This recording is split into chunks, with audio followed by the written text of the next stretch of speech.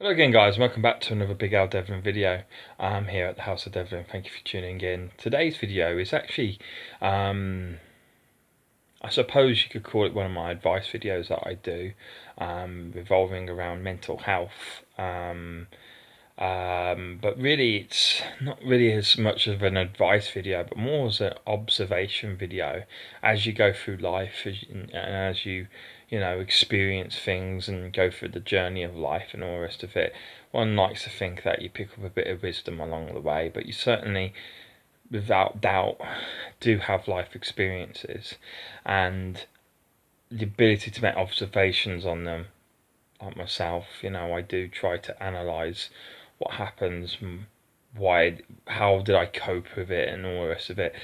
I do that so that if it ever happens again, or something similar happens again, I'm stronger the second time round. And so really this video is just really me just showing an observation that I made a little while back, roughly 2 years ago. And I never really thought about sharing it on here on YouTube until literally a day or two ago, when I was watching a program on YouTube, actually, a documentary about hoarders, about really extreme hoarders. I think it's called Hoarders Buried Alive, which is a TV program in America, and these people were surrounding themselves with basically loads of shit and junk. They had value to them, you know, sentimental value if nothing else, but they were just literally just surrounding themselves with so much that they literally couldn't get around in their homes. And I've never ever understood hoarders until a couple of years ago, really, until that day, really, when I drew parallels between what they were doing and what I did when I suffered a couple of years ago. I hate saying it again and again, but I have to assume that this is the first video you guys have watched, so I do apologise if you're a regular viewer of videos on my channel. I do apologise that I keep mentioning it. It's not me trying to like look for sympathy or anything. It's just me making the assumption that this is the first video you've watched. But a couple of years ago, I was involved in a quite serious car accident where I was hurt, but more importantly, my girlfriend and love of my life was very seriously hurt and put into a wheelchair and spent months in hospital before she was released. Got back just in time for Christmas, which was nice. But you know, obviously it's an ongoing process with that. You know, she's still having operations now, but she's back home and has been for a while now. I'd say best part of 2 years she's been back. But I remember for the couple of months that she was in hospital, one day, the day before the crash, you know, obviously she was like most girlfriends. She spent most of her time around where I live. She'd moved a lot of clothes into my place. You know, she'd moved her toiletries into the bathroom and things like this, right? She did typical girlfriend things and kind of moved in without, I suppose, officially being asked, "Oh, do you want to live with me?" and all that.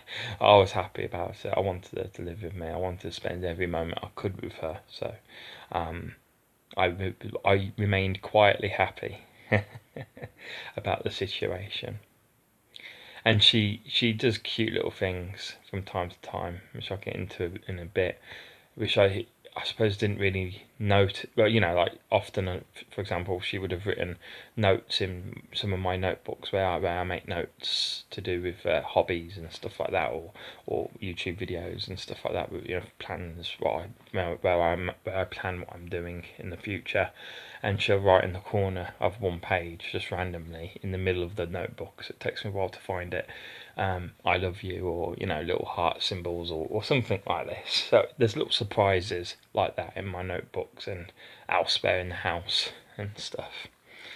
And one of the ways that I coped when, you know, obviously for the best part of 2 months, one day, as I say, she was living with me, and then the next day, for 2 months roughly, or just under 2 months, she was in hospital. My bed was empty. It didn't feel like my bed anymore. It was my bed, obviously. It was where I slept before I met her, but when she came into my life, it became our bed, and our home. And when I came back to my house, it took a week for me to get back to my own place, because I had to stay at my parents for a week for constant care because of my head injuries. I came back and the house felt like a house. It didn't feel like a home anymore. It had lost everything that made it a home, even though nothing had changed. In that week between me being in the crash and being well enough to at least try to sort of live back where I belong. Nothing physically had changed in the house, but the atmosphere had gone. And it's then that I realised that. I mean, I think you always realise it, but I was truly humble, made humble in the idea of the sense that I understood fully how family and people that you love make your life a life, a real life, a reality to some extent. And without it, it's it's a very empty, very lonely world in many respects without having that aspect around you. At least it is for me. I am someone who does like to have their family around them. I think very highly of my family, and I like to spend my time with them. I'm lucky in that sense. I know not everyone is lucky like that, but this video is about how I coped with obviously losing something that was very valuable to me. The most important member of my family in many respects at that point, my future spouse. Obviously it wasn't a permanent loss, although at the point when I first came back to the house, it could have been. She was still in intensive care on death's, on death's door, so to speak, one foot in the grave, so to speak. She was suffering. And obviously I went to the hospital every day, even if she wasn't awake, even if she couldn't, she wasn't in a coma, but obviously with all the morphine and that, it wasn't responding fully. I still went and saw her as much for myself as for her, but my intentions were to go there and sort of just for the couple of hours of visiting hours that we were allowed to have there, for those 2 hours or 3 hours, whatever, however long they might be, my objective was to take her out of that hospital, so to speak. She was stuck in four walls for, as I say, the best part of 2 months. She was stuck in those four walls, but it was for me, it was my job, I saw it as, to take her away from there, to talk about the outside world, to talk about, exciting things that are happening. Not that there were any, but little things here and there, or little jokes, or things like this, and in doing that, obviously, it was a way of masking and hiding my grief, because when I looked upon her and I saw her injuries and everything, it did make you in many ways want to cry. I'm not the crying type, but I felt significant grief, let's put it that way. And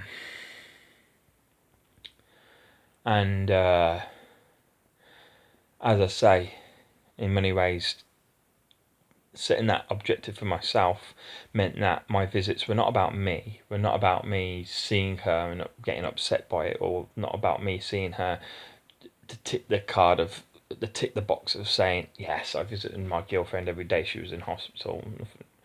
And it wasn't for just to placate my own loneliness, my own selfish desires of wanting to have the one I loved around me. It wasn't for that. As I say, I made sure 100% that I was never detracted from the objective of I'm there for her. She's the one. I'm suffering, but she's the one who's really suffering badly as well. She's been forced to live in this hospital for extensive period of time. She got forced to come to terms with obviously deformations of her body that from scar tissues and stuff, and and her injuries, learning how to walk again. That's still an ongoing process. Finding out she's gone deaf from the impact, things like this. It kept coming one after the other because, of course, they find one thing and they start trying to fix it, and then they find out, oh, there's another thing that's wrong. You're deaf now in one side, one ear, and then there's another one. Oh, your eyes don't work properly now because of the blow to the head. All these ongoing list of things, and it was for myself alone spirit crushing, but of course it was even more spirit crushing, I imagine, for her. It's not something we've really spoken about too much not because it's not important, really. It is important, but it's because there is something more important, and that's getting on with life, getting on with the lives that we have together now. Yeah, our lives are different now. Yes, they're more limited. We can't go out in the way that we used to because we're limited by obviously her mobility in the wheelchair and my own limitations that I have suffered from terrible, terrible, very severe travel anxiety. I don't like being on the road, and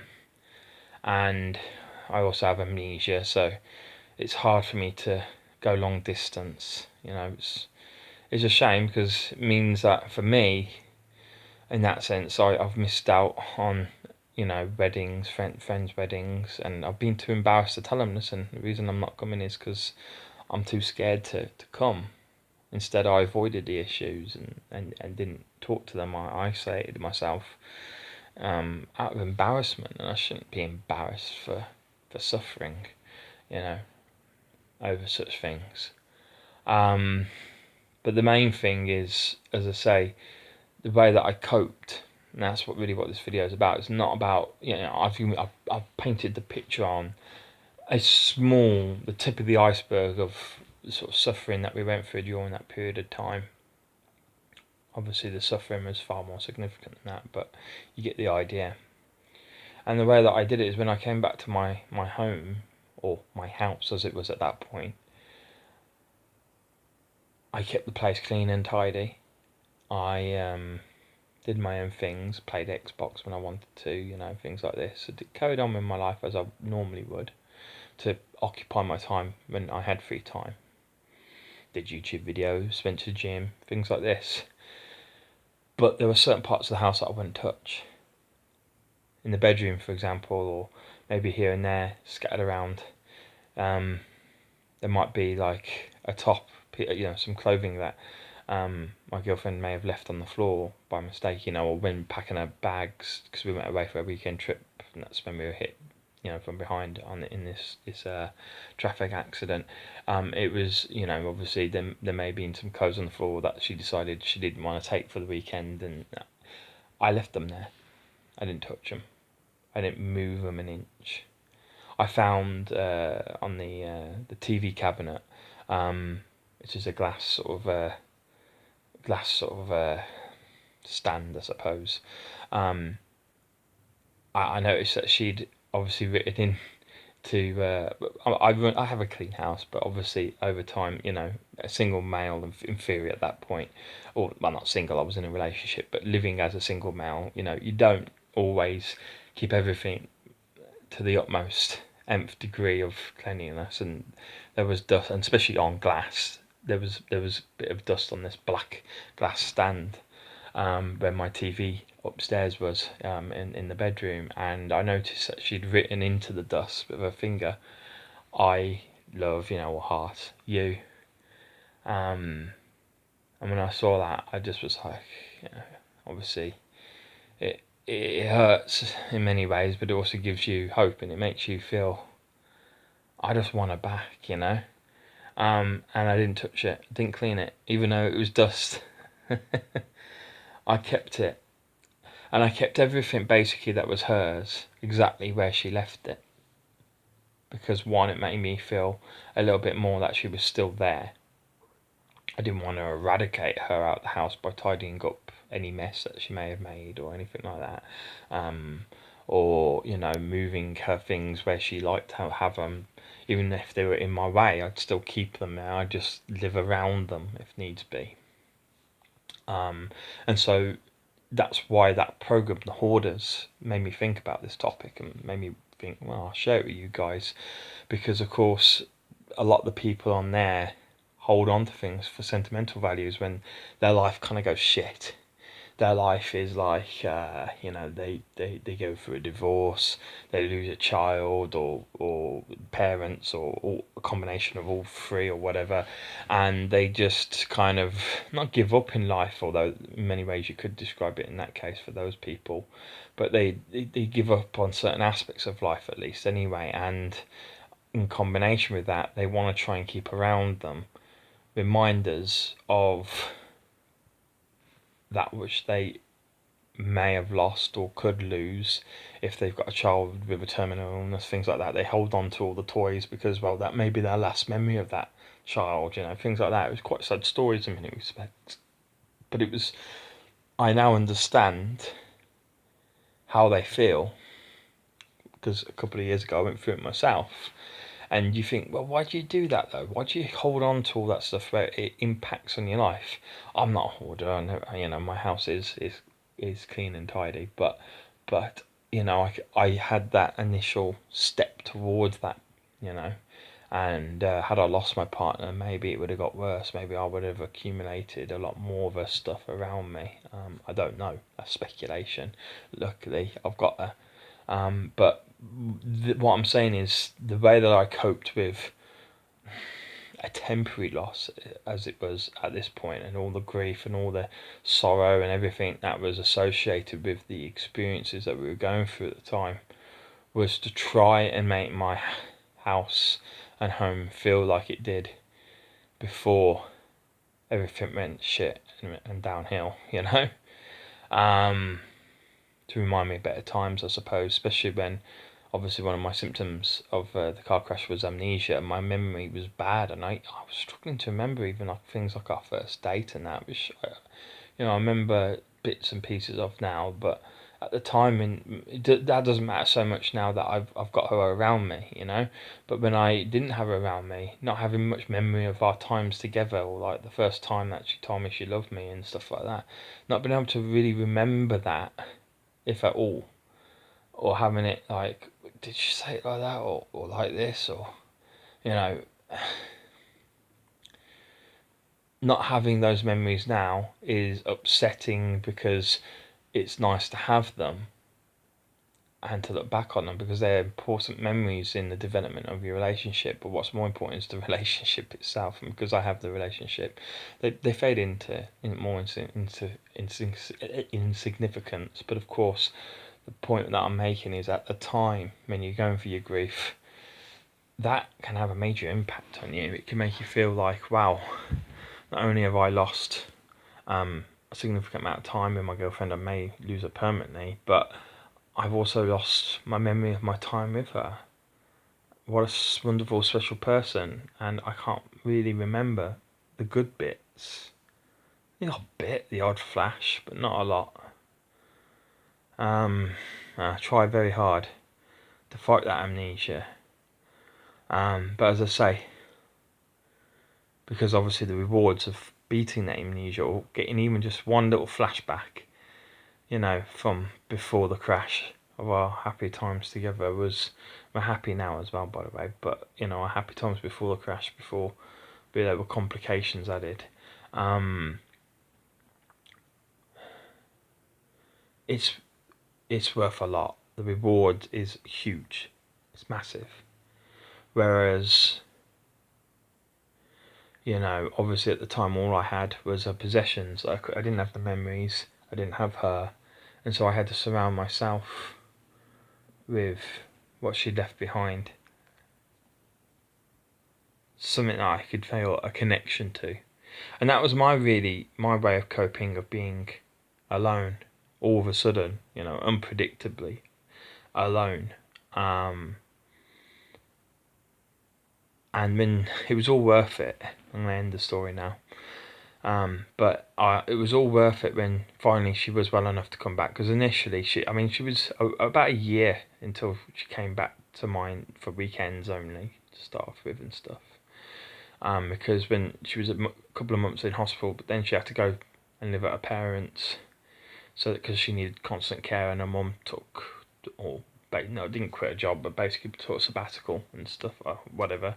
Took a lot of time off work to look after her and be a permanent carer and stuff, until the point where she could start coming over and visiting more often, and start basically having a relationship with me again. When she walked through the door, she just burst into tears. And I'll never forget, even with my amnesia, I'll never forget the words she said. She said, "It smells just like home." It's exactly as I remember it. Everything. It's as if I've never left. That's exactly word for word what she said. So me keeping everything the way that she'd left it was not only important to me, it was also important to her, because when she came back after a whole year of being away from me,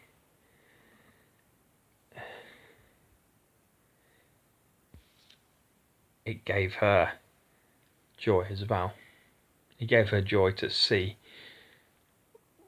what she'd been taken away from, but had worked so hard to get back to. And that was a very happy moment. You'd be happy to know that the dust has gone now. I've not kept that. And the clothes have been put away. As soon as she got back, none of that mattered. What mattered was that she was in the house, and that she was happy, and that it felt like home to her again. And we are endeavouring to live together on a permanent basis again once more. It should be lovely, in a different property. And it would be lovely to do that, to be boyfriend and girlfriend properly again, and to rebuild. No, not rebuild. I mean, our relationships developed significantly more than it would have ever have done, because obviously we're joined not only by our love, but by our survival of a experience that no one else has had.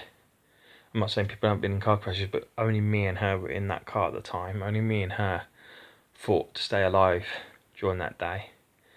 And we went through all that suffering, and obviously our families suffered our grief with us, and they were there to support us, and I'm so grateful for them for that. But and that's drawn us closer together as a family as a whole. I mean, our family are very caring, and I've fallen in love with her family as much as I have fallen in love with her. Of course, my mum as well has been fantastic, but